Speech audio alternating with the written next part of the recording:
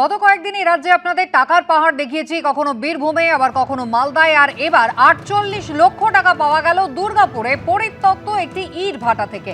মনোজ বন্দ্যোপাধ্যায় আমাদের প্রতিনিধি রয়েছেন টেলিফোন লাইনে। মনোজ, 48 লক্ষ টাকা পরিত্যক্ত ইট ভাটা থেকে উদ্ধার হলো।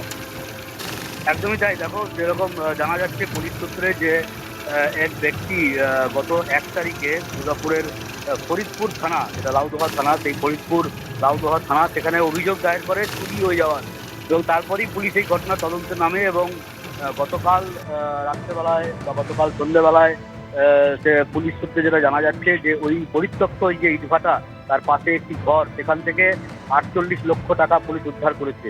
এখন এই যে চুরি যাওয়া টাকা, সেটাকে সে নিজেই ওখানে রেখেছিল নাকি চুরির পর কেউ রেখেছিল, বা এই টাকাটা এলোই বা কোথা থেকে? উনি যে অভিযোগকারী সে একটা মুড়ির ব্যবসা করে, তাহলে সে এই টাকাটা এলো কোথা থেকে, এই টাকাটার সোর্স কি আছে, গোটা বিষয়টাই কিন্তু তদন্ত সাপেক্ষ। এবং আসানসোল দুর্গাপুর কমিশনারেটের পুলিশ আধিকারিকরা জানিয়েছেন, সিপি নিজে জানিয়েছেন যে অভিযোগ হয়েছে এবং তদন্ত শুরু করেছে ফরিদপুর থানার পুলিশ। 48 লক্ষ টাকা উদ্ধার হয়েছে এবং গোটা বিষয়টি তদন্ত করে দেখা হচ্ছে যে এই টাকাটা কোথা থেকে এলো এবং কে বা কারা ওই জায়গায় রেখেছিল।